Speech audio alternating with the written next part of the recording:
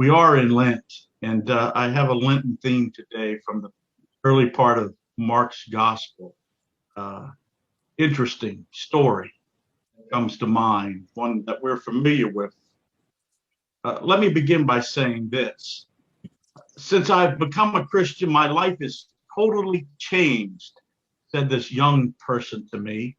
It's like I've been freed of all my anxiety, and my daily life is so fulfilling, no problems whatsoever.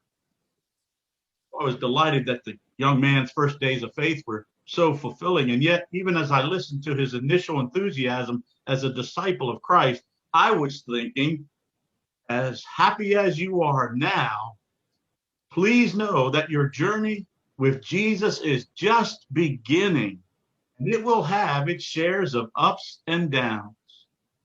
You will be tested. And that's the truth of life. Welcome to our 40-day journey with Jesus to the cross, otherwise known as Lent. The church gives us 40 days for honesty, truth-telling, self-examination, and candor about ourselves and our discipleship. Therefore, it's appropriate that we begin reading of Jesus' beginning of his ministry. Jesus has been baptized, we're told, and in his baptism, the heavens opened and the Holy Spirit descended upon him. There was a voice from heaven proclaiming Jesus' true identity as the beloved Son. But immediately, here's our story for today, after his baptism, what is the first thing that happens to Jesus? Jesus is cast out, driven out into the wilderness, just like Israel began its life by first going out into the wilderness after Egyptian enslavement. So Jesus is thrust immediately into the wilderness after his baptism for 40 days of tempting. Israel was tempted, we know, and tested in the wilderness for 40 years. And they often flunked the exam. Read the story. Now, reading the story of Jesus in the wilderness, compared with Israel's bittersweet memories of its time in the wilderness, reminds us that the wilderness is a place of struggle. Who will survive and triumph in this time of testing? Well, Mark indicates that Jesus did not go into the wilderness to be on a silent, contemplative retreat. He is literally driven out into the wilderness where he is put through some harrowing trials. So Mark does not tell us just what those trials were. Out in the wilderness alone, he is surrounded by the wild beasts. Who were these wild animals that were with Jesus out in the wilderness? Isaiah 34 says that the wild animals and demons are in the wilderness. Perhaps Mark is making somewhat of a connection to Isaiah. It is an evocative image of Jesus' first days of ministry. Just starting out, one of the things that this story about Jesus' time of testing in the wilderness says to me is that from early on, from the very beginning of his ministry, the way Jesus walked was a way of peril, difficulty, and testing. By implication, if we are going to follow the way of Jesus, you and I, walking with him, then it's reasonable to expect peril, difficulty, testing too. Now, you know, tests come in many ways. It's been a long time, but I can still remember a few things from my earliest days in ministry. Early on, at what was probably my first or second Christian church general assembly, I was approached by an older pastor who said to me, "Son, I can tell you're a man with talent. I see that you do a good job at what you do. You have those traits so rare in the average pastor." And all I could do in my mind was say, "Thank you, I guess." He went on, "Please allow me to give you some advice that I wish someone had given me when I was about your age, just starting out. Shoot big. Top 10 church pastor, regional minister, one of the denominational division presidents, even deputy or or general minister. Well, maybe starting small, he said, but don't let that hold you back. Be on track to the top, to success. Could it be that simple, painless, I thought? The fellow was just trying to be helpful, I guess, but my mind and heart screamed, that's how you define ministry? 3 years of Greek and Hebrew to lay down my life for someone's definition of success? Are you kidding me? Well, looking back, I'm almost grateful for that conversation. You see, it gave me an opportunity to prayerfully decide, which route am I going to take in my life? Will I walk away that attempts to use the church as a means of my upward mobility? What is it that I've just got to have to be happy in this vocation God has called me?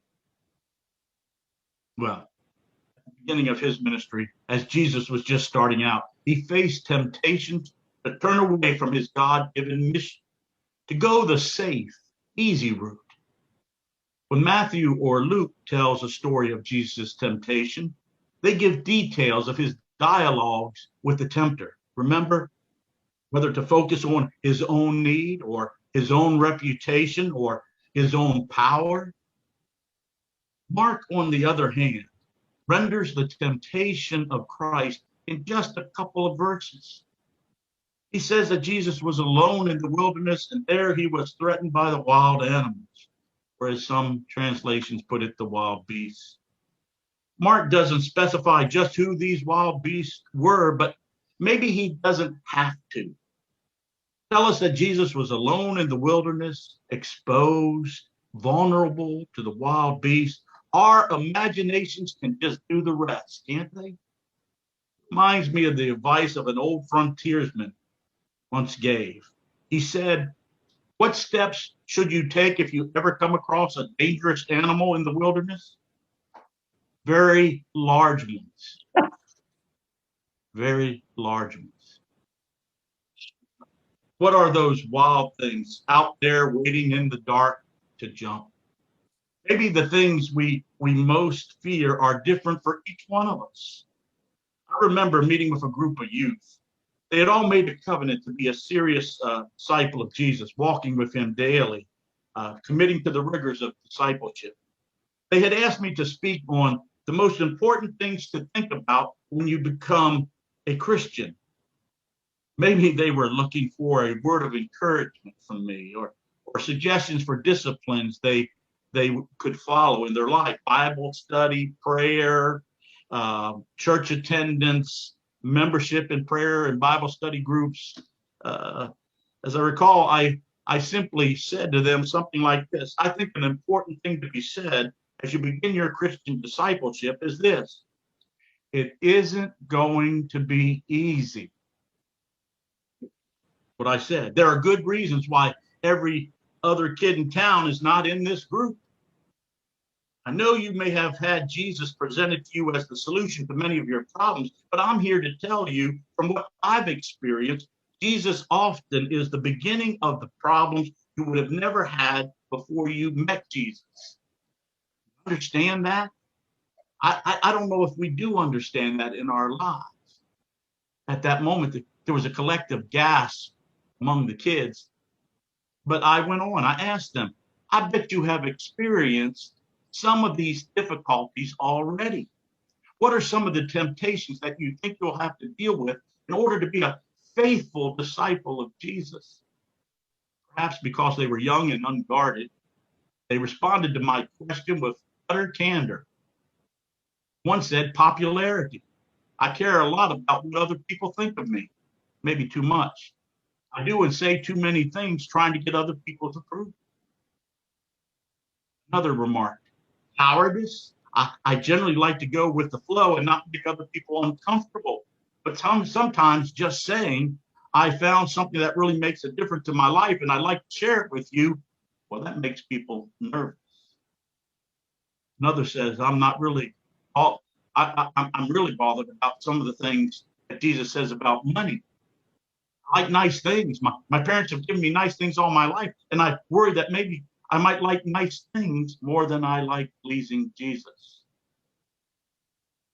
Another said, doesn't Jesus tell us that we are to risk and help people in need? I think that was his point in the story of the Good Samaritan. I look at my life right now, and I've got to admit that most of the things I do for myself. I wonder what Jesus thinks of that. Then another said, the other day, one of the guys after the game told a joke that was really, really demeaning to women. Why did I not speak up? I think of myself as a person who likes challenges. I'm not afraid to tackle hard jobs, but I'm beginning to wonder if I'm tough enough to be a Christian. Wow. Honesty. You ask and you get. Those kids are pretty truthful about how hard it is to be a Christian in any world, but especially our modern world. Although Mark gives us no details about the content of the test that faced Jesus in the wilderness, we will see in Mark's gospel the ways Jesus was tempted and tested by the popularity and the criticism of the crowds, by the political establishment, by his own followers.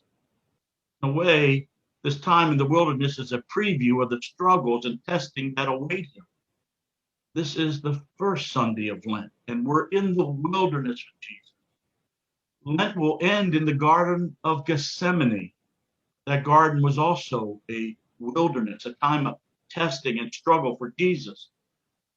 I wonder if many of us older Christians have been at discipleship for so long that we have forgotten the compromises that we have made along the way.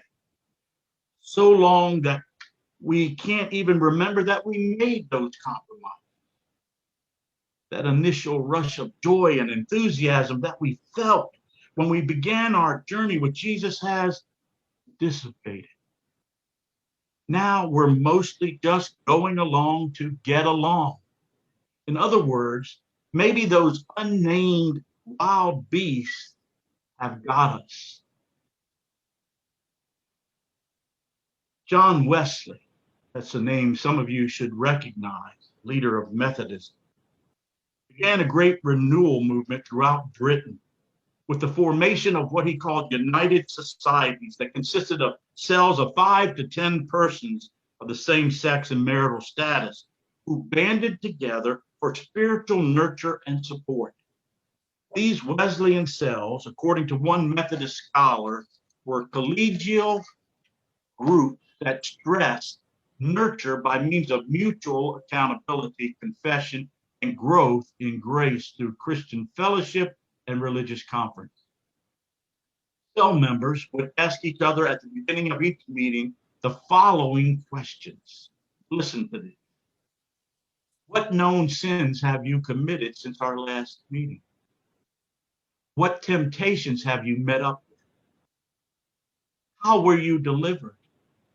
What steps have you taken to avoid similar pitfalls? In other words, the membership knew that the Christian life can be a struggle against temptation, and thus there is a need for constant examination, confession, and deliverance from temptation. Please note that this rather dark story that Mark tells us here at the beginning of Lent, the story of Jesus' temptations at the beginning of his ministry, is told not simply as a warning, but perhaps as encouragement to us. Jesus stood up to his temptations. Angels came and ministered unto him, which is a Bible way of saying that he resisted those temptations. He survived, not only survived, but triumphed. So maybe if we're trying to walk with Jesus, the story is a reminder that Jesus will walk with us.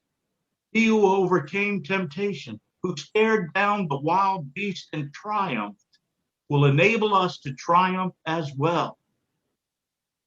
The letter to the Hebrews says of Christ that because he was tested and tempted in every way as we are, He understands us in our times of temptation, and he can help us. I believe that to be true. You go forth from here out into the wilderness, otherwise known as the place where you live. Know this: the one who defeated the wild beast who would seek to harm him and change him from his course knows firsthand what you are going through in this world today. He does. There is no wild beast that you face that he has not faced and defeated. He will help you defeat them as well. Praise God. Amen.